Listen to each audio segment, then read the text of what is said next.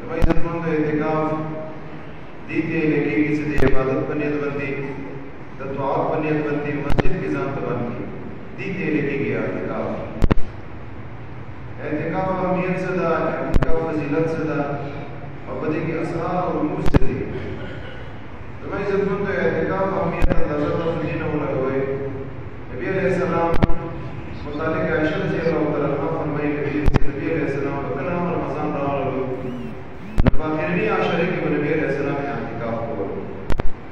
او نبی علیہ السلام اعتکاف نه کول. په اخري عمر کې کار اعتکاف نه پاتې شو نو چې په کوم کار کې وفات کېدل په هغه کار باندې نبی علیہ السلام لږ ورځې په ځای باندې شل ورځې اعتکاف وکړ او نبی علیہ السلام په هر کال جبرائیل امین پر راتلو او قرآن پاک دعا په ورسره کول. اوس په کوم کار باندې نبی علیہ السلام وفات کېدو په هغه کال باندې چونکې شل ورځې اعتکاف نبی علیہ السلام کړی نو جبرائیل امین ورسره دعا وکړه. په دې کې اشاره دې خبرې طرف ته چې تا کوم وخت هغه وخت پوره شوی دی. نبی علیہ السلام وفات نه بعد بیا په بهتر به کومې بیبیانو به مې اعتکاف کولو په اخرنۍ عشره کې چې د دا د اهمیتونه شی نه وي نبي علیه السلام په داسې طریقې سره اعتکاف بیا د هغې نه بعد د هغې بیبیانو اعتکاف نه کوله. خو دې نه دا معلومېږي چې اعتکاف ډېر د فضیلت العمل ده. اعتکاف فضایل ډېر دي. یو روایت کې راځي نبي علیه السلام فرمایي وی چا اعتکاف وکړلو په اخرنۍ عشرې د رمضان کې وی دې ته د دوو حجونو او د دوو عمرو برابر ثواب ملوي. دو حجونه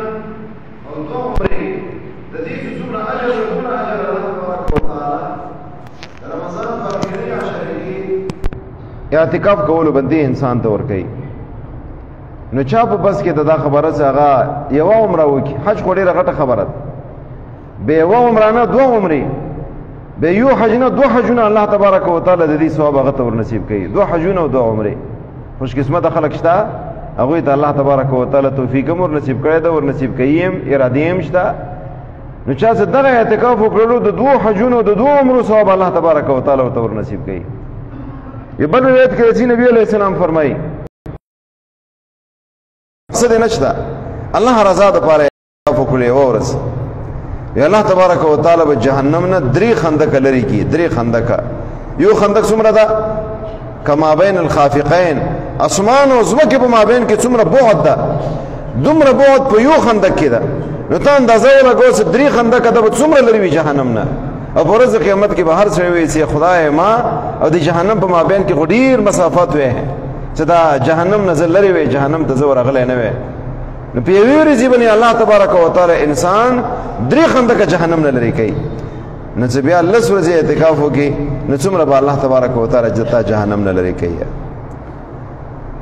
او اعتکاف د دې مثال څه ده؟ د دې مثال داسې ده لکه یو سړی ده، غریب سړی ده، ضرورتمند سړی ده،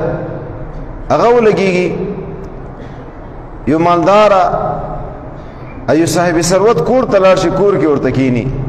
ورته وایي وره پورې نه پسم درنه څو پورې چې ما تا د حاجت پوره کړی نه وي. نو ظاهره خبره ده یوه ورځ نه، دوه ورځې نه، درې ورځې نه، مسلسل چې ته هغه په کور کې کښېني او بار بار زارۍ ورته کوي، سوالونه کوي. انسان د دې شفقت دومره نه ده لکه د الله شفقت څومره ده. که دا ډېر هم سختځای وي د زړه کې به نرمۍ راشي، تا ته به تا کوم ضرورت هغه پوره کړي. او بیا د الله شفقت او د الله مهربانۍ دا او یو میندو نه هم د دې شفقت زیات ده. مور د بچي اواز واوري په تکلیف کې ټینګېدلی نه شي، هغه ځای ته ځان رسوي چې کوم ځای کې بچی ده، او کوشش دغه کوي چې دغه کوم تکلیف بچي ته میلاو ده دغه تکلیف چې بچي ته نه وي، دغه تکلیف چې ما ته وي. او تکلیف بچی ته وي او محسوسوي مور څه لکه دغه تکلیف ما ته دی، بچي ته تکلیف نه ده. او بچی ته څه کوم شي ضرورت وي مور لوږه برداشت کوي، خو لیکن بچی کوم تکلیف ته هغه نه شي برداشت کولی.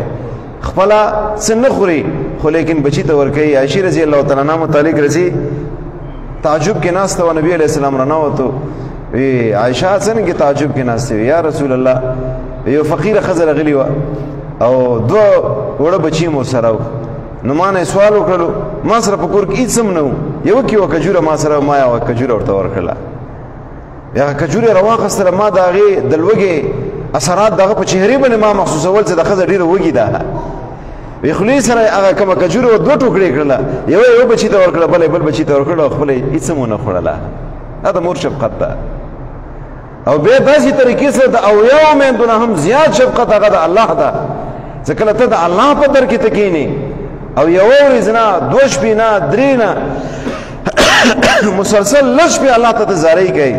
الله په کور کې ناست دی الله ته ژاړي خپل ضرورت ورته مخته کوي خپل ګناهونه ورته مخته کوي خپل حاجات ورته مخته کوي نو تاسو څه خیال ده چې الله تبارک وتعالی دغه معتکف خپل کور نه خلی جولی به بیا واپس کړي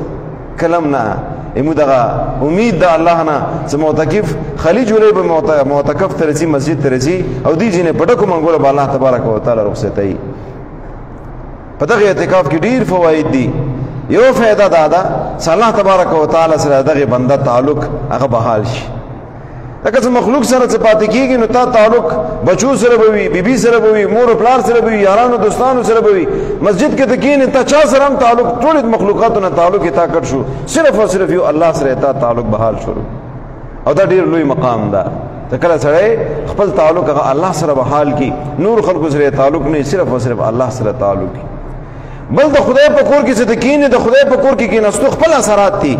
مسجد کې خپل اثرات وي دریم څه په دې ځای کې ته کښېنې نو تلاوت ته به تا رغبت وي تلاوت ته به فارغ وي ذکر و اذکار ته به فارغ وي صلات تسبیح ته به فارغ وي تهجد به ښایسته طریقې سره کولی شي همداسې طریقې سره تکبیر اولا سره به تا مونځ وي دا ټولې فایدې تا ته په اعتکاف کې میلاویږي اعتکاف نه بار دغه فایدې تا ته نه میلاویږي دې دوی نه زما عزتمندو تاسو ټولو په خدمت کې ما دغه درخواست دی کوم ځای پورې چې ما آواز رسي ټولو ته ما دغه درخواست ده چې چا سره هم فرصت وي څوک هم څه فارغ وي فارغ څوک هم نشته هر سړی مصروف ده خو ځان په خپله باندې فارغوي که چا سره اوسه پرې اعتکاف نه ده کړی هغوی خو په کار دا ده چې څه کل خامخا عزم وکړي هغه اعتکاف وکړي کم از کم یو اعتکاف وکړه په ټول ژوند په خپله باندې اعتکاف هر سړی د کوشش وکړي په خپله باندې اعتکاف کې کښېني زنانو ته ترغیب ورکړي زنانه د ښې طریقې سره په کور کې اعتکاف ته کښېني زه خو دا یم چې داسې کور داسې مسجد داسې کور د نه وي چې هغه کور نه نارینه او زنانه په اعتکاف کې ناست نه وي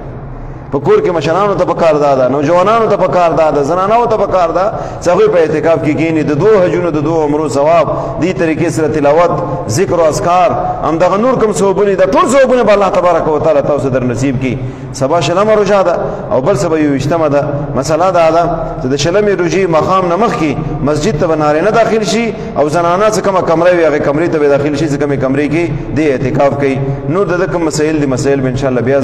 تاسو ته بیانوم وګورئ د خلکو په خبرو کې مه راځئ یوه روژه خوړلې ده چا ویلي چې یوه روژه خوړلې ده داسې ځان نه مسلې دي ځان نه خبرې دي نبي علیه السلام فرمایي میاشت وګورئ نو روژه ساته میاشت وګورئ اختر کوه نو دغه رمضان کې چا میاشت کتلي نو څه نه وه کتلي نو کوم ځای نه به فیصله علما کرامو کوله د سبا ته روژه ده نو دې وجې نه که په سعودیه ځان ته ملک ته پاکستان ځان ته ملک ته افغانستان ځان ته ملک ته پاکستان ځان ته ملک ته هغه اوقات جدا دي مو اوقات جدا دي مونږ ګوره شلمه روژه سبا ده مونږ ګوره اعتکاف به سبا نه وي ډېر خلک داسې دي چې هغه ډېر بزرګۍ کې مخې ته تللي دي هغوی نن اعتکاف ته ناست دي هسې ثواب ورته میلاو شي نفلي اعتکاف والا خو لیکن مسنون کوم اعتکاف ته هغه سبا بېګۍ نه ده سبا بېګۍ نه چې څوک هم چا اراده وي نارینه او زنانه سبا مقام نه مخکې ښې طریقې سره مسجد ته داخل شئ او ورسره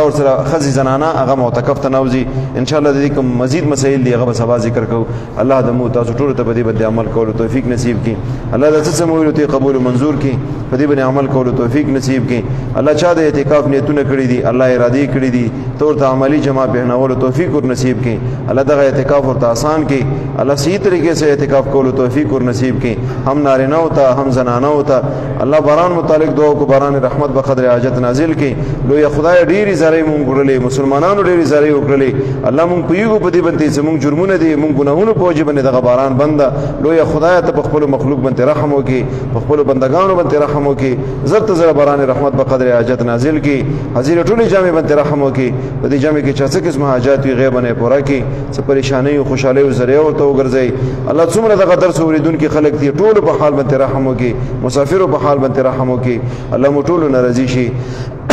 وفوض امري الى الله ان الله بصير بالعباد جزاكم